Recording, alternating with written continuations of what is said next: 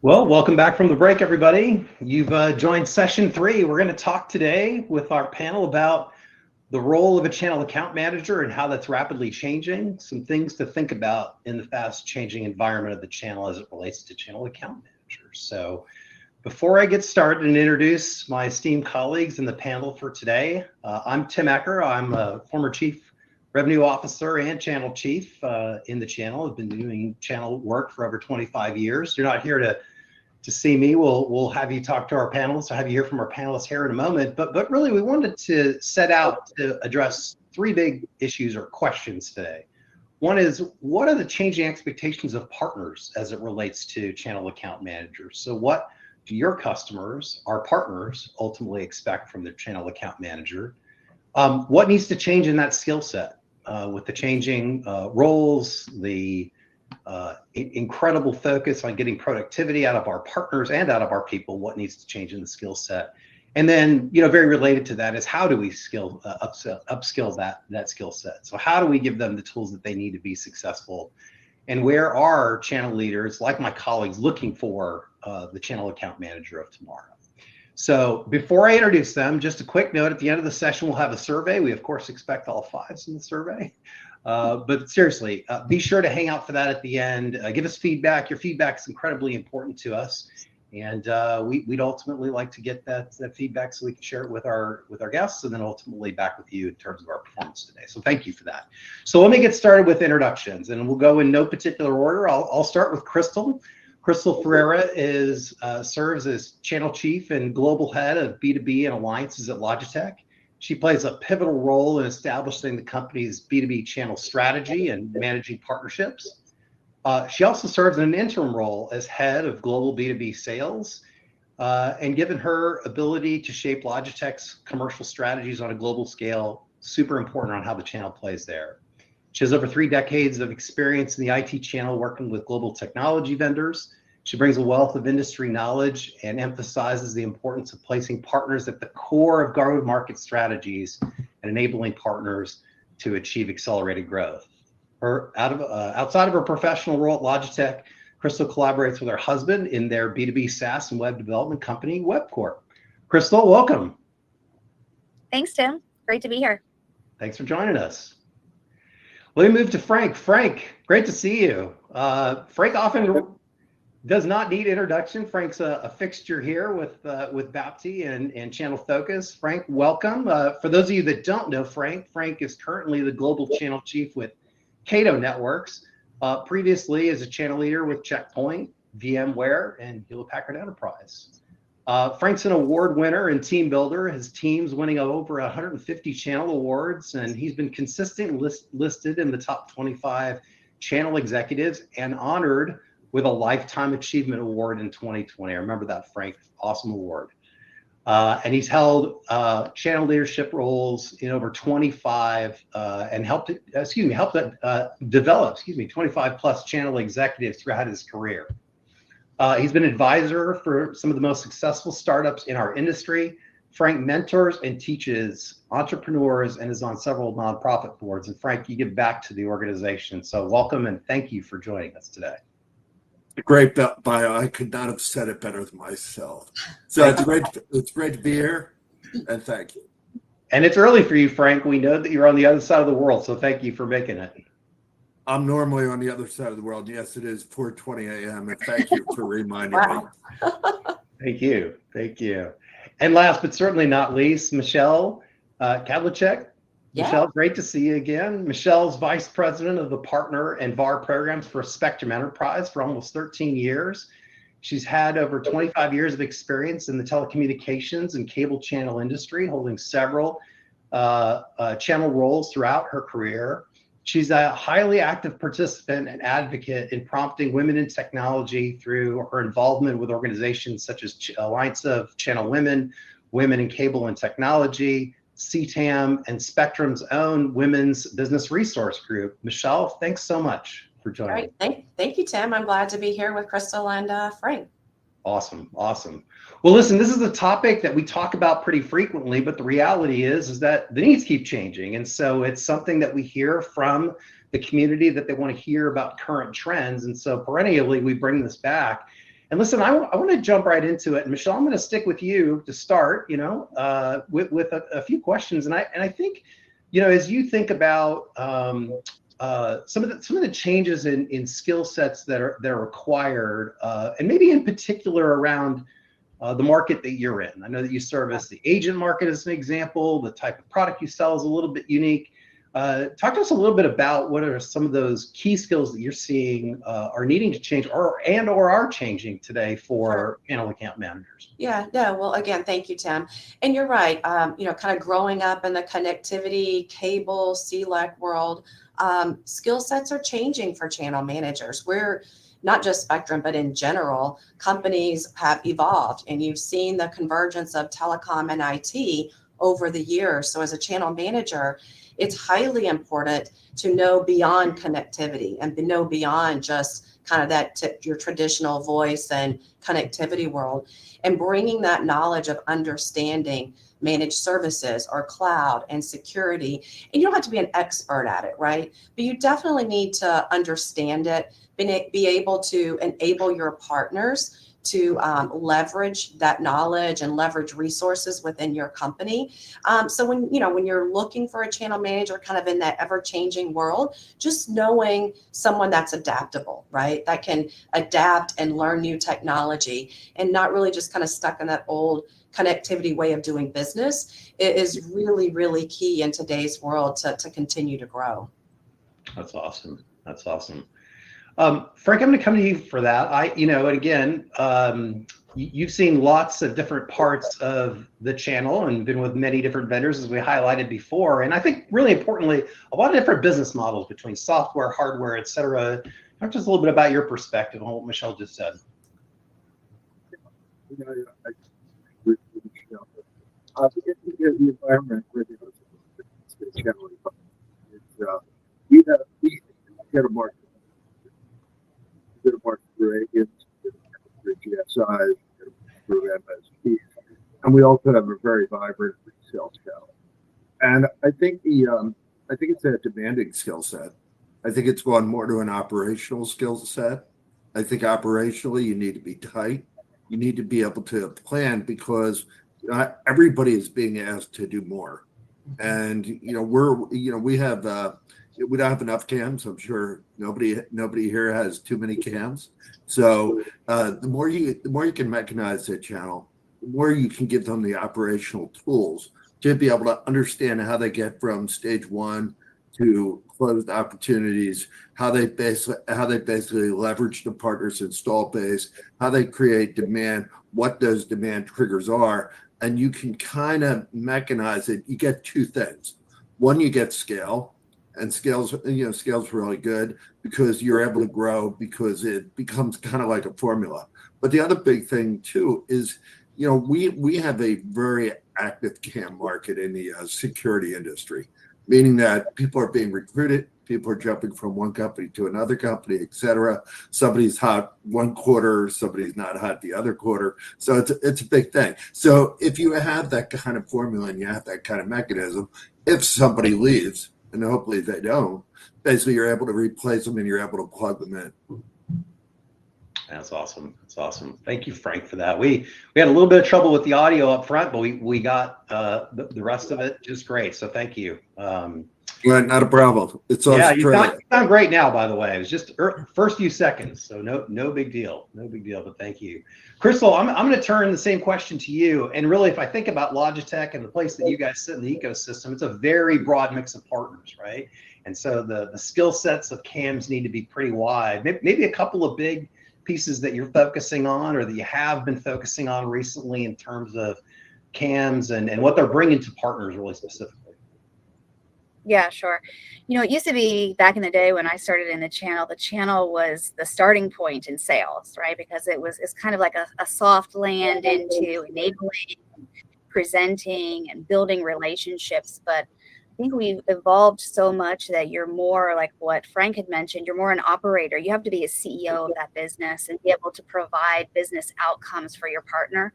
It's no longer about just coming in and managing MDF and building an enablement plan. It's really sitting down across the C-suite of the partner community, all the way down to the technician, and really understanding what they need from us as a vendor to be able to catapult into the next world of their business. How do they evolve their business to continue to be relevant? And that requires a different skill set than it did 25 years ago. For me, I'm really looking for someone with a real strong business acumen, someone who understands the business trends, not just in hardware, what Logitech is doing, but also our ecosystem, because ecosystem is so critical. So being able to look across the ecosystem of what the partner is selling and be able to place us into that ecosystem and make sure that they understand our value prop there. So really being able to present, be able to showcase technology as well, because as many of us are struggling with resources, we don't have an SE to send with our channel account manager. So oftentimes they have to be, the cook, the bottle washer, and the technician. So that technical component is also very critical.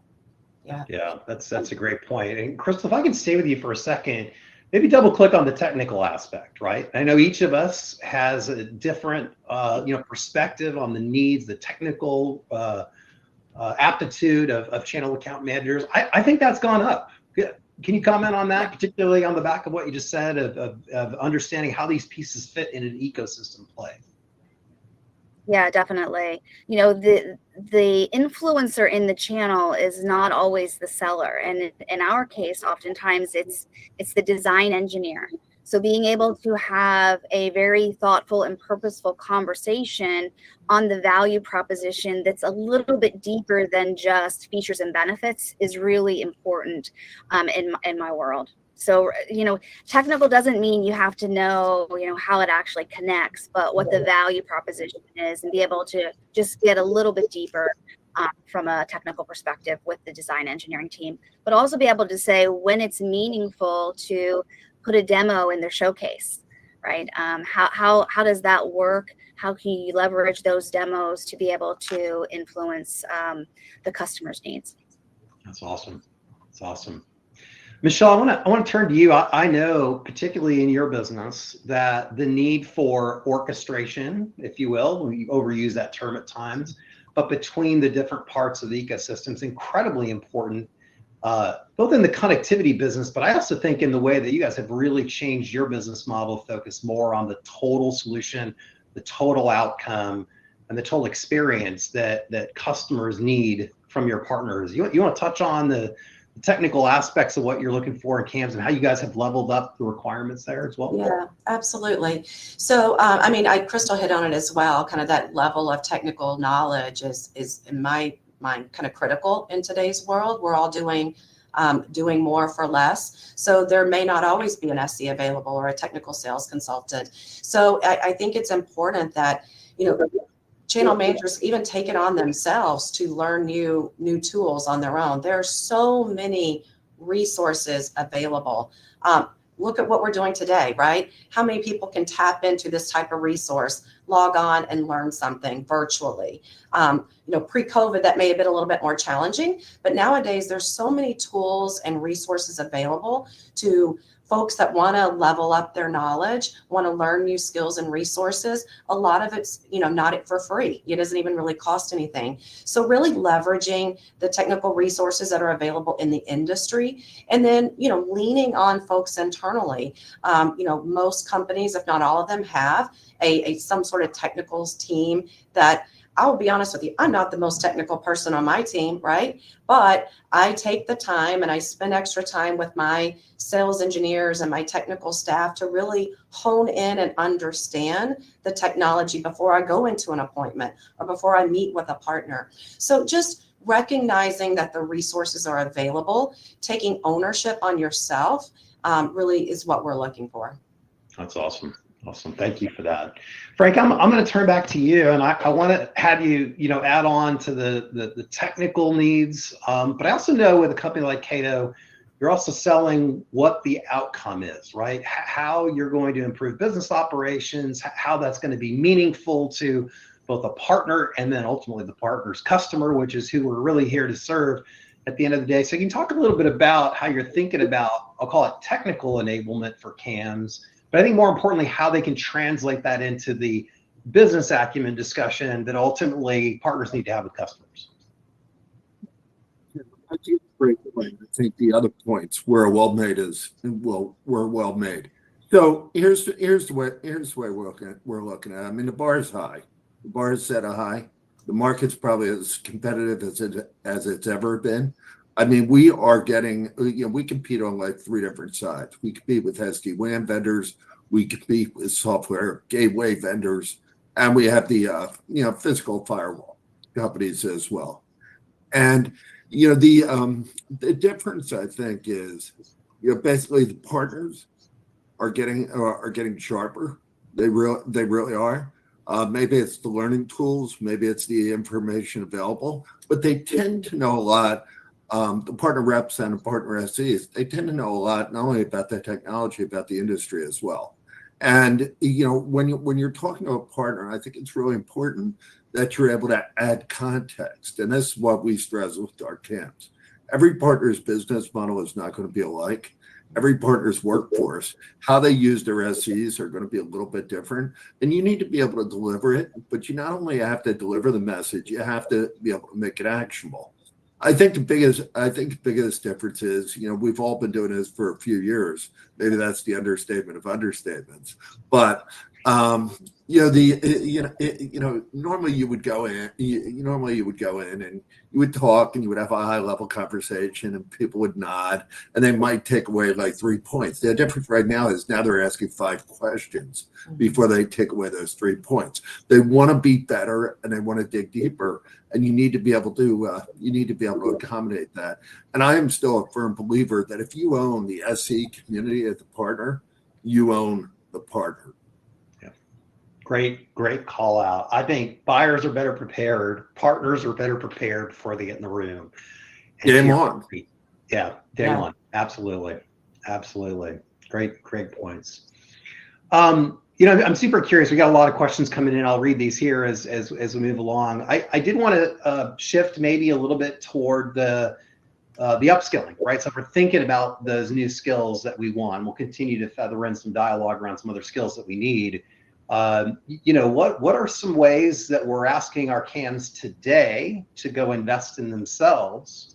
And or there's a lot of CAMs available on the market. We all know that the market's been tough. Many companies facing layoffs. There's a lot of people out there. Some maybe on this call today, they're actually looking for an opportunity. What advice would you give to them to upskill as they re-enter, and or what are you looking for potentially for your CAMs to do to upskill? And Crystal, I'll start with you if you could kick us off.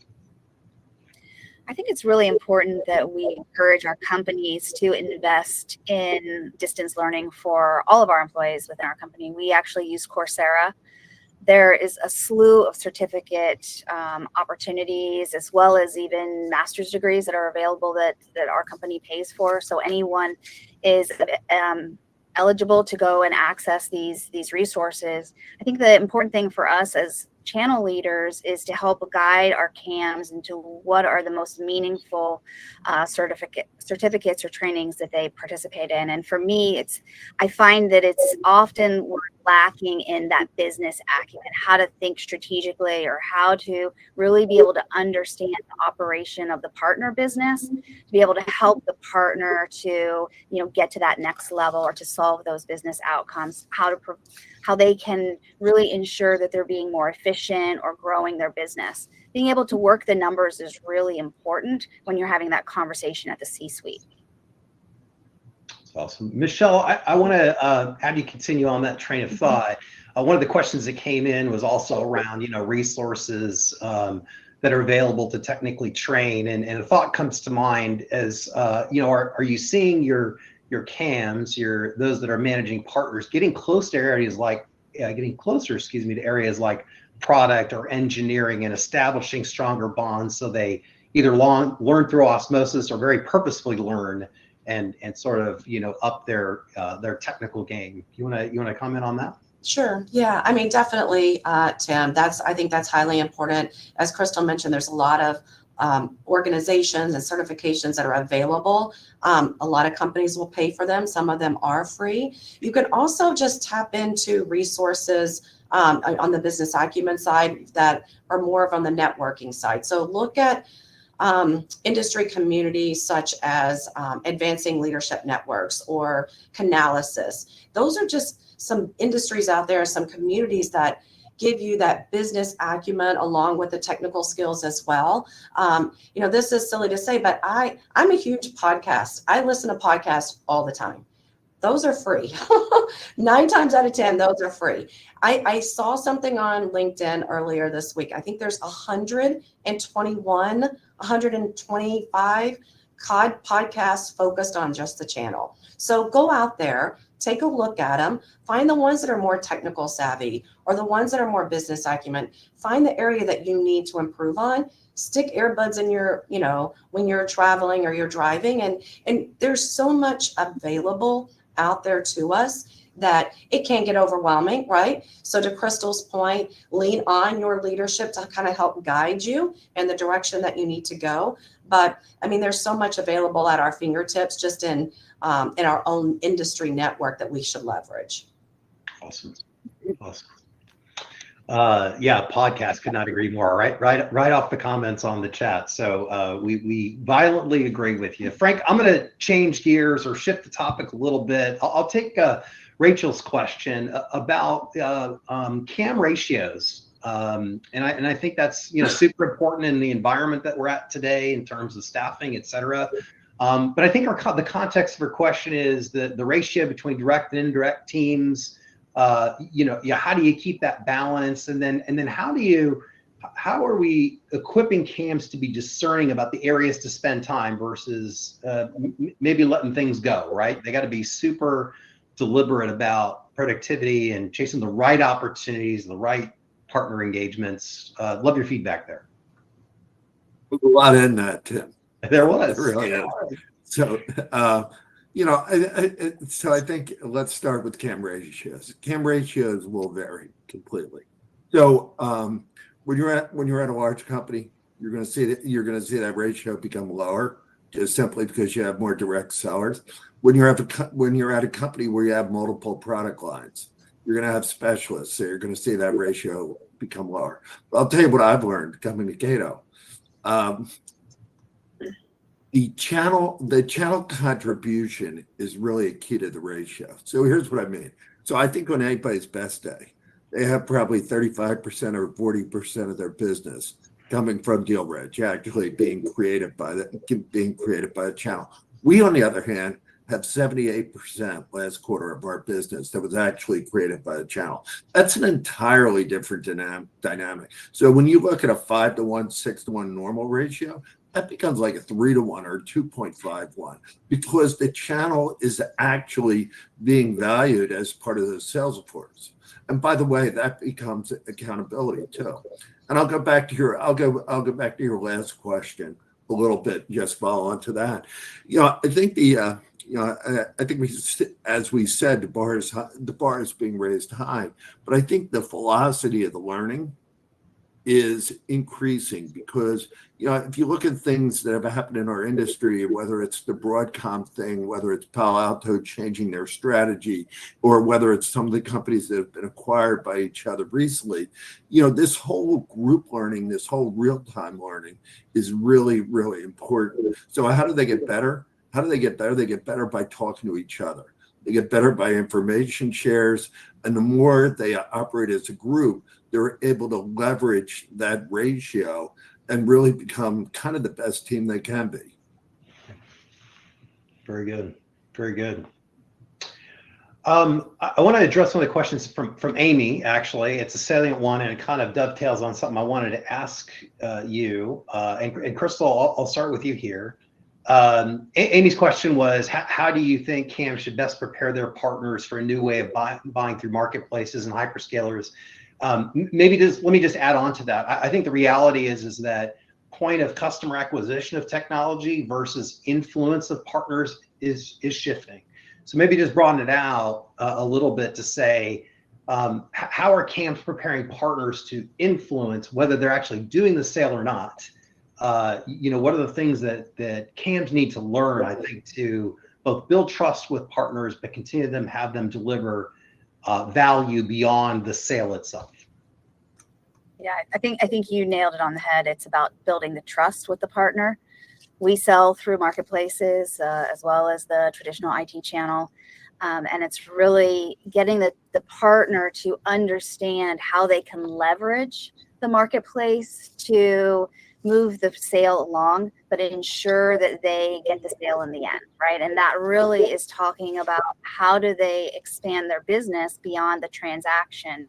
What are the additional values that they can bring to the table? For our business, particularly, we're looking at workspace solutions. So it's not just about selling a mouse and a keyboard anymore. It's how do you evolve your workspace setups so that you can, as a partner, go in and design the room, design the office space, work with additional decision makers, who are starting at the ground up of different businesses. So it's really starting the conversation with the partner at a different level, not about this is your SKU and this is the price, but how do you have that thought leadership conversation with your customer to make sure that they see you as a trusted advisor. Terrific. Michelle, I want to change topics again here, call a little bit of an audible. As we mentioned in your introduction, you're very involved in diversity in the channel. I think the Women Alliance of Channel Women is an example. I think our teams are getting stronger by diverse views. The makeup of teams, the way that they're interacting is very different. I'd love to get some feedback from you on how that's changing the makeup of CAM teams, and if you've gleaned anything out of both your sponsorship as an advocate, as many of us are, but ultimately how you see that diversity impacting CAM teams, and then ultimately partners. Yeah, absolutely. So you're right. I'm a huge advocate for women in technology and just diversity and inclusion in general. I'm happy to see that there's two ladies sitting on the panel today. A lot of times it's just myself, or Crystal's probably experienced it where it's just herself and a panel full of IT men, which is that just goes to show kind of where the industry has evolved and where it's going. And so I think it's huge to think outside of the box when you're looking at building a CAM team, right? So I think about, again, coming from the connectivity cable world, I could easily go to a partner in Charlotte, North Carolina and say, hey, who's a good channel manager that you've worked with, right? Referrals are always great. But is that really building and expanding and deepening my channel and my team? Probably not. So go to organizations such as the Alliance of Channel Women or Cloud Girls or ALN or any of these that have job boards posted or having network of IT professionals, female professionals, professionals with different diversity and different backgrounds, different ways of how we think and beliefs. Tap into that network and don't always just lean on the easy button, right? Going to a partner in the market and asking for a referral. So I think when you do that, you're going to see just an evolution and your program grow. And really it also can attract different types of partners when you do that. So you're not kind of stuck in that kind of Groundhog Day, same old partners. You're bringing in a team of individuals that think differently, look differently, have different backgrounds, and that's only going to expand and grow your program. Awesome. Fantastic. Thank you. Crystal, I want to come back to you before I go back to Frank on topic, but specifically as we talked before, preparing for this, you brought up something that I thought was incredibly salient point around growing up the talent within your teams, right? So that evolution from, let's say, ICAM or somebody that's handling maybe a mass of partners or is handling the uncovered at distribution or whatever that model is, but then growing them up into handling larger partners or larger segments of the channel market. And any tips for other leaders on this call relative to how to think about continuing the education and the growth of channel account managers in your org? Yeah, we do have ICAMs all the way up to senior named account cams that are working with GSIs, as well as business development is something that's going to be new that I'm adding this year, where we're actually exploring new partner segments. And I think the most important thing to me is to make sure that your cams understand their strengths and how they can leverage each other to learn.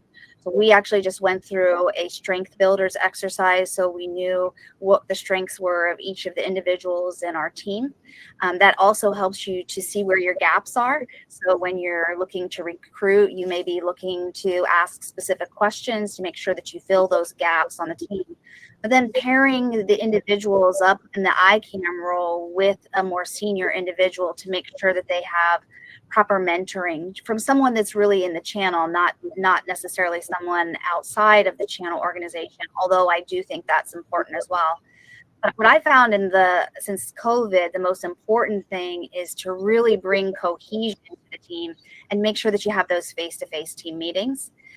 Whether it's at an industry event or just individual, team collaboration, just to make sure that you're building that team bonding so they're not afraid to ask questions of the more senior individuals. Awesome. Thank you. Thank you. Frank, I want to come back to you and in particular, as we're thinking about growing the next generation of channel leaders. You have a project that you and Rod have shepherded for the organization called Club Next. Could you spend a few minutes talking about Club Next, your involvement there, and then ultimately, I guess, both its mission and what you've seen, because it's still relatively new, but I think we've had a great, sort of, I'll call it first and maybe second class in there. It's been great. I'll give all the credit to Rod and basically people that have worked with me, Andy Dahlin, Dangby, etc., on the board to be able to make it what it is.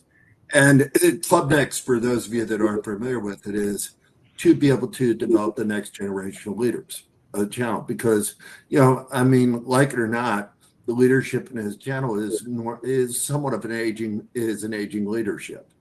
And we're seeing people, great leaders like Cheryl Cook is probably the best example, who has announced her retirement, etc. So we need to be, we have an obligation to ourselves, and we have an obligation to our companies, and we have an obligation to the people that work for us to be able to develop those leaders. So, the Club Next basically is focused on skills they'll need, how to be able to talk to the C-suite, how to become that operational channel leader that people are looking for right now, the difference between managing a mature model, building not necessarily a startup, but building a channel versus managing a channel, etc. So there's a lot in there, and I was thrilled to be able to lead that group, and I'm still thrilled to be able to lead that group, and it keeps getting bigger and better all the time.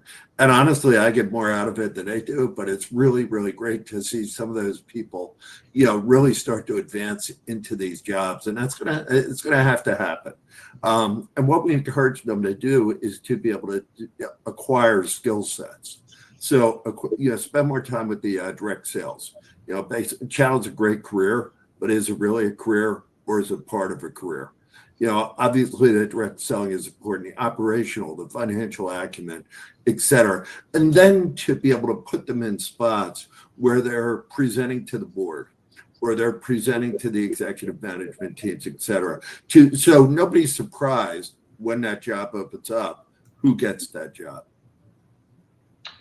Frank, thank you for both, laying that out, but the time commitment you've made around that, and your colleagues and Rod. I think it's incredibly important. To your point, we have a number of people that are leaving the profession, if you will. There's some great talent that we're trying to grow, and I think them getting experience and exposure to others, not just the teams that they work with internally in their companies, but I think to a broad audience, it's been really impactful. I had a colleague that joined Club Next, nothing but praise for the program and what she's getting out of it. So thank you for that commitment from both you, Rod, and the board to move that forward. It's a big deal for us. Here.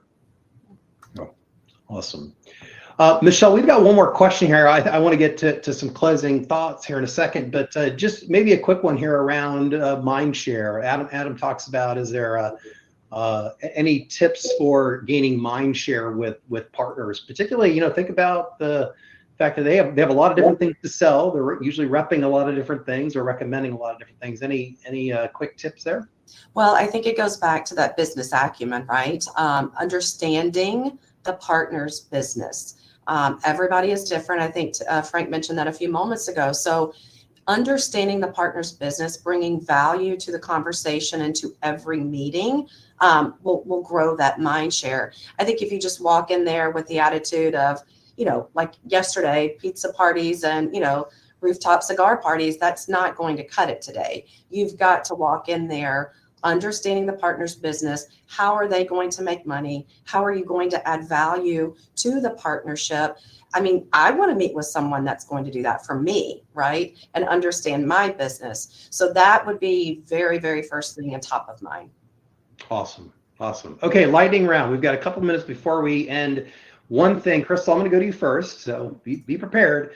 But the one thing that you recommend leaders today on this call have their camps thinking about that's going to be changing very quickly that they need to get their arms around. So maybe just a couple of quick words before we disconnect. Gosh, that's a hard question, Tim, to land on in the middle of seconds. They should be thinking about the future and understand where the business is leading, understanding where what the business drivers are for their particular partners. What are the technologies that are driving their focus? Is it AI? Is it something else? And how do you weave into those technology trends to make sure that that your technology has purpose? Wonderful. Frank? I would say it's velocity and context. Invest in your cams. Invest in your cams. Prepare them to go to the outside world. Prepare them to fight in the inside world. Get the community to be able to rally around them. Sales leaders, channel leaders, operation leaders, CFOs, etc. Have everybody invest in your cams, and they'll be better. And Michelle, you want to bring us home? I'm going to combine everything together and just say, resilience and enablement, just enabling your team to be successful, recognizing, helping them recognize internally how to continue to grow professionally. That's what we really need to be focused on, just the future. Awesome.